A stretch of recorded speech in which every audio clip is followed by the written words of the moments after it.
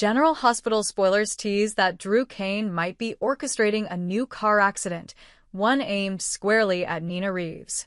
At first glance, the idea seems almost too cruel even for Port Charles, but as we delve deeper into Drew's tortured psyche, we begin to understand the dark calculus that has led him to this fateful decision. Nina is more than just an obstacle in Drew's path to happiness. She is Willow Corinthos' mother, which means that if Drew and Willow ever managed to wed, Nina would become his mother-in-law. The thought alone is enough to make any sane man shudder, but for Drew, it's a nightmare compounded by guilt, shame, and a simmering rage born of betrayal. From the moment he first set eyes on Nina years ago, Drew was drawn to her magnetic charm and fierce spirit. In those early days, Nina was not yet the hardened matriarch of Port Charles society. She was simply a woman who exuded confidence and passion, and Drew, lost, adrift, and yearning for connection, found himself entangled in her web. What began as a fling spiraled quickly into something more complicated, leaving Drew with memories he could neither fully embrace nor entirely forget. Years later, when fate delivered Nina's daughter Willow into Drew's life, he thought perhaps redemption and true love might finally be within his grasp. Instead, he found himself trapped in a maze of tangled loyalties and unspeakable secrets. Drew Kane sat alone in the dim light of his loft above Kelly's, nursing a glass of scotch that had turned warm far too soon. The weight of his latest discovery pressed down on him like a physical force. He replayed the conversation in his mind, Brad Cooper's whispered admission that Portia had orchestrated his near-fatal ketamine poisoning, and the realization that this betrayal was not a one-woman plot. No, Portia had an accomplice. Nina Reeves. His pulse quickened at the thought. Nina, the woman he once adored, who still held sway over his heart despite everything, had conspired behind his back to sabotage his life, and now she stood between him and the only person he had ever truly loved, Willow. Worse yet, she threatened to expose their past, to brand him a liar and a hypocrite in the eyes of the Corinthos family and the entire town. He had confronted her once, in a fiery exchange at the Corinthos mansion, his fists clenched so tightly that his knuckles had turned white. Nina had met his anger with icy calm, warning him to stay away from Willow and her grandchildren. "You may think you're her knight in shining armor," she had said, "but I know what you really are.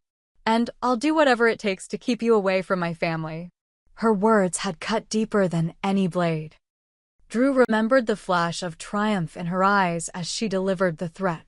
He knew then that no matter what he did, no matter how many apologies he offered or promises he made, Nina would never accept him as part of the Corinthos clan. Her pride and her protectiveness of Willow would forever keep him at arm's length, and she would stop at nothing to see him out of their lives. And so Drew began to consider the unthinkable, removing Nina from the equation entirely. He told himself it was the only way to secure a future with Willow and their children, to free them from Nina's manipulations once and for all. In the cold logic of his mind, Nina had made her choice when she chose to betray him, to align herself with Portia and threaten his family. By that measure, she had forfeited her right to complicate his life. He spent nights poring over traffic patterns and police blotters, searching for the perfect stretch of road. Some desolate backroad or obscure alley where a staged accident would look like a freak tragedy rather than foul play. He practiced every detail in his mind, the speed, the timing, the placement of the debris. He even considered hiring someone to tamper with her brakes, but he dismissed that plan as too risky. No outside accomplices meant no loose ends. He would do it himself, quietly and without hesitation. Flashbacks haunted him as he plotted. He remembered their nights together before Willow was born, how Nina had laughed in the afterglow, tracing circles on his chest as though claiming it for her own. He remembered the way her perfume clung to his clothes long after she left, how he'd wake up in a cold sweat, unsure if it was guilt or desire keeping him awake. And he remembered the moment he discovered she was still seeing someone else, the betrayal that had shattered his trust and left him vowing never again to be vulnerable. But where once those memories had brought him pain, now they fueled his anger. How dare she judge him for his past when she herself had used underhanded tactics to destroy him? How dare she threaten his future with Willow when it was Nina who had betrayed him first? As far as Drew was concerned, her transgressions had created a debt too large to be repaid with mere words. He pictured the scene in his mind's eye, Nina driving home late at night, after a long day tracking down leads for her own investigations, an occupational hazard of hers ever since she'd worked for the Corinthos Empire, and losing control on a deserted stretch of road. No other cars in sight. Just the deafening roar of the crash, and the glass shattering like ice beneath her tires. He would leave no evidence of tampering, only the aftermath of a devastating accident. Even his dreams turned dark. In one, he saw Willow cradling her mother's lifeless body, her tears staining the cold pavement as Drew stood off to the side, arms crossed, wearing a mask of feigned grief. He told himself he could endure that moment if it meant saving Willow from Nina's wrath forever. Yet beneath the steely veneer of his resolve, doubt and guilt festered. He wondered if he was becoming the monster he'd once hunted in his days as an undercover operative. He thought of Michael Corinthos, Willow's brother, and how he'd warned Drew that love could not flourish in a garden fed by violence. But each time his conscience whispered half-truths, Drew drowned them in alcohol and determination. He would not be stopped. This was war, and Nina was the enemy. Meanwhile, Willow Corinthos was blissfully unaware of the storm gathering on the horizon. She was wrapped up in the details of designing her latest research project at the hospital, a groundbreaking gene therapy that, if successful, could change the face of modern medicine. She'd barely slept the night before, her mind racing with calculations and ethical considerations. But when Drew arrived at GH, his easy smile and generous embrace made her forget everything except the warmth of his arms. "You look tired," Drew said, concern threading his voice as he guided her to the break room. He poured her a cup of coffee, just the way she liked it, strong, black, with a hint of cinnamon. She accepted it gratefully, leaning into his touch. It was in moments like these, moments of quiet comfort, that she felt certain she'd found her soulmate. "I'm excited about the trial," she said, wrapping her fingers around the hot mug. "If the early data holds, we could move to animal models within months." Her eyes shone with passion, and Drew felt a pang of guilt for the deceit he was maintaining. He managed a smile. "I know how important this is to you," he replied. "I just want you to succeed." In that instant, Willow reached up and kissed him, grateful for his unwavering support. They didn't notice Nina watching from across the room, notebook in hand. She'd been tracking down a lead on Portia's secret partner in the ketamine poisoning. This was the clue she needed to clear Drew's name and protect Willow from the man she saw as a predator. Nina's heart ached as she watched the couple together, her maternal instincts screaming at her to warn Willow, to tell her everything she knew. But she hesitated, the knowledge that revealing the full story might drive a wedge between her daughter and the man who was helping her heal. Instead, she closed her notebook and slipped away, determination setting her features. If Drew was truly plotting something, she would beat him to the punch. She would expose him for the opportunistic menace she believed him to be. And if that meant using the scandal of his past with Nina, so be it. As Nina walked out of GH, the cool night air hit her like a slap. She fished her phone from her pocket and dialed Portia's number. "It's me," she said once the call connected. "We need to talk. I've got information that will change everything." The line crackled with tension as Portia's voice came on the other end. "I knew you'd come around," Portia murmured. "Meet me at Kelly's in an hour. And bring everything you've got." Nina slipped her phone back into her purse, her mind racing. She didn't know what Portia really wanted, but she had to trust the woman who'd been by her side through so much. If they could combine forces, They just might have a chance to protect Willow from the man they both feared. In the cavernous darkness of his loft, Drew loaded a series of photographs into a folder on his laptop. There were images of Nina's car, snapped by him at odd angles to capture the brake lines and wheel alignment. There were details from her schedule, when she left the Corinthos mansion, when she closed up her private office in town. There was even a brief snippet of security footage from a side street, showing her sleek black sedan gliding past a lamppost at exactly 11:17 p.m. He printed out the images, arranged them on the coffee table like pieces of a morbid puzzle, and studied each one as though it contained hidden messages. He checked his watch, 11:17. The time was right. He rose, pacing the loft as adrenaline coursed through his veins. Tonight was the night. He texted Willow, running late. "Leave a light on for me. Love you." He imagined her reading the message and smiling. She would be waiting, probably exhausted and in need of his comfort. He craved her trust like a lifeline. By midnight, he had changed into dark clothes and slipped into his car. The engine idled quietly as he drove to the remote stretch of highway he'd chosen. Trees loomed on either side, their branches intertwining overhead to form a natural tunnel. The only sound was the hum of his tires on the asphalt. He parked his car behind a cluster of bushes where he could remain hidden, then climbed out and made his way on foot to where Nina's car would pass. His heart pounded as he crouched by the roadside, the smell of pine needles heavy in the air. He waited. 15 minutes passed. 20. Each passing minute felt like an eternity. He checked his watch again. 12:03. Was she running late? Was she taking a different route?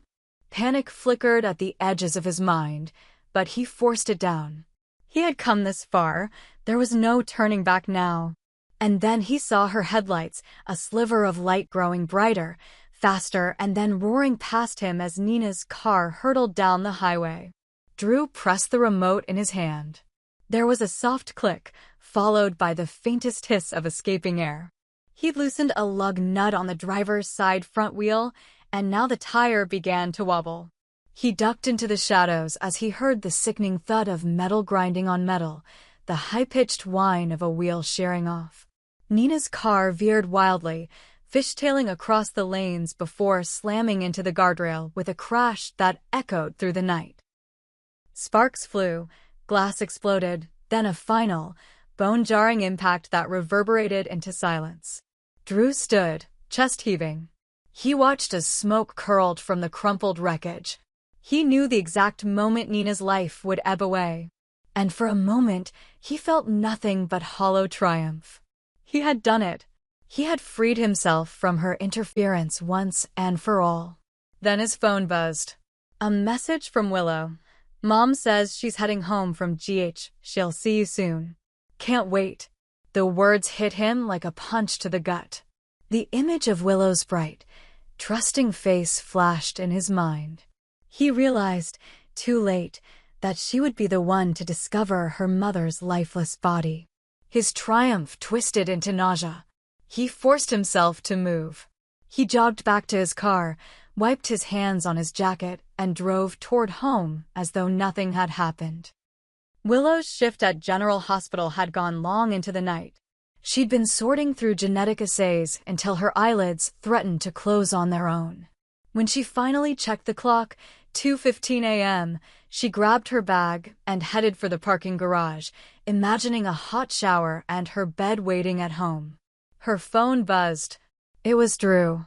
A brief text, "On my way. Wait for me before you drive off. There's something I need to tell you." Concern prickled her skin. Drew seldom asked for her to wait. She replied, "Okay. I'll be at home in 10. She slid behind the wheel and backed out, her mind already drifting to the trial results she'd left unfinished. As she turned onto the main street, her phone rang. The caller ID read unknown. Something in the pit of her stomach tightened. "Hello?" she answered. "Ms. Corinthos?" The voice was unfamiliar, clipped, official. "This is Officer Ramirez from the Peace PD.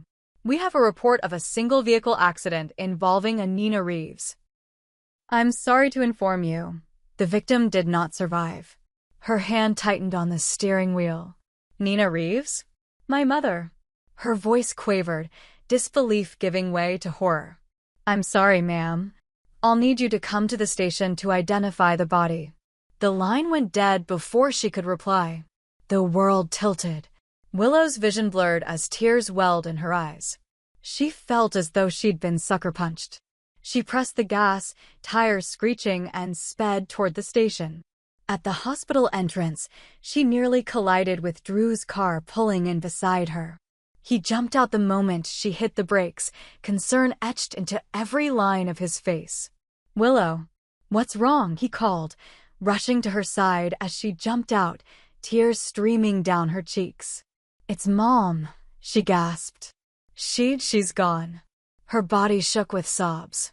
Drew pulled her into his arms, cushioning her as she collapsed against him. Oh, God, Willow, I'm so sorry. He rocked her gently, murmuring assurances. I'll go with you. We'll get through this together. Willow clung to him, grateful for his presence even as heartbreak threatened to shatter her. She didn't notice the flicker of satisfaction in his eyes, the hidden weight of his secret. To her, Drew was her rock, the one person she could rely on in her darkest moments.